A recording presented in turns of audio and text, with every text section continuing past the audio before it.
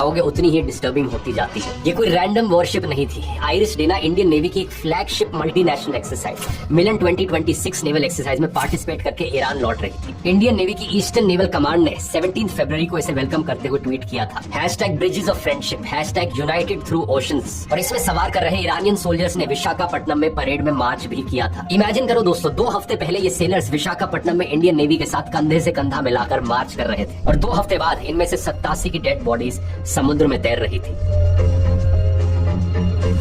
सबसे बुरी बात यह है कि अमेरिका ने इंडियन ओशन में इस जहाज को डुबा दिया और इंडियन सरकार की तरफ से इसके बारे में एक शब्द नहीं कहा गया। कुछ कहना तो छोड़ो, जब आइरिस डेना की तरफ से डिस्ट्रेस कॉल आई तो श्रीलंकन आर्मी ने उन्हें रेस्क्यू किया। इंडिया की तरफ से कोई नहीं गया। इंडिया में ईरान के एम्बेसडर मोहम्मद फतहाली ने भी कहा कि इंडिया की तरफ से ईरान को कोई मैसेज तक नहीं दिया गया है और ना कोई बातचीत हुई है।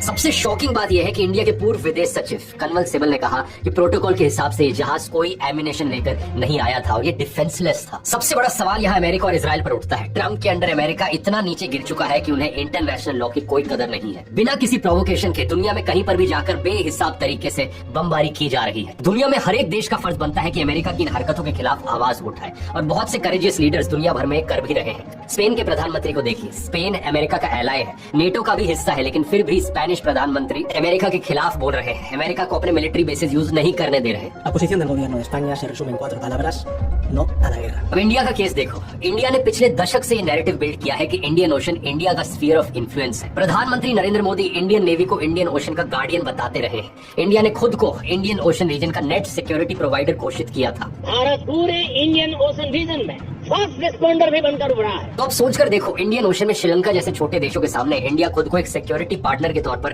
कैसे पेश करेगा, जब हमारे यहाँ से जॉइंट एक्सरसाइज करके लौट रहे जहाजों को ही बिना हमारी परमिशन के डुबा दिया जाता है। अब कुछ लोग यहाँ बहाना दे रहे हैं कि इंडियन ओशन का मतलब इंडिया का ओशन नहीं है। बताओ जरा, ये लोग इतना मगन हो गए एक पॉलिटिशियन की इमेज डिफेंड करने में कि ये देश के ही खिलाफ चले गए। ऐसी बातें चाइना कहा करता था कि Indian ocean can not be the backyard of India. और अगर ये बात सच होती तो नेट सिक्योरिटी प्रोवाइडर क्यों बने, गार्डियन ऑफ इंडियन ओशन क्यों बोला? ये मेरे शब्द नहीं है, नरेंद्र मोदी के खुद के शब्द हैं। इंडियन नेवी भारतीय महासागर की गार्डियन की तरह तैनात है।